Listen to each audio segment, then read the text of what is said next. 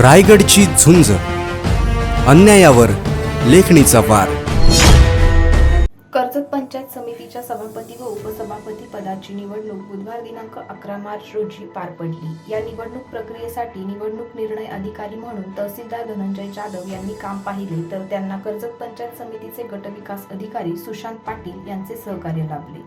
काही दिवसांपूर्वी पार पडलेल्या जिल्हा परिषद व पंचायत समिती निवडणुकीत परिवर्तन विकास आघाडीने दमदार कामगिरी करत जिल्हा परिषद गटाच्या 6 पैकी 6 जागा तर पंचायत समितीच्या 12 पैकी 10 जागांवर विजय मिळवून स्पष्ट बहुमत मिळवले होते. त्यानुसार आज सभापती व उपसभापती पदासाठी उमेदवारी अर्ज दाखल करण्यात आले.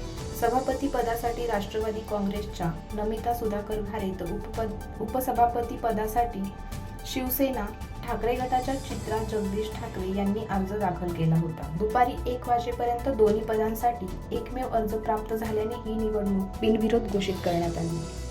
निवडणूक निर्णय अधिकारी तथा तहसीलदार धनंजय जाधव यांनी राष्ट्रवादी काँग्रेस अजित पवार गटच्या नमिता घारे यांची सभापतीपदी तर शिवसेना ठाकरे गटाच्या चित्रा ठाकरे यांची उपसभापती पदी बिनविरोध निवड झाल्याची घोषणा केली.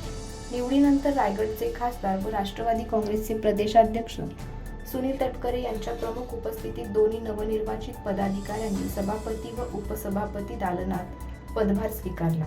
यावेळी पंचायत समितीचे गटविकास अधिकारी सुशांत पाटील तसेच अधिकारी व कर्मचारी वर्गांकडून नव्या पदाधिकाऱ्यांचा सत्कार करण्यात आला.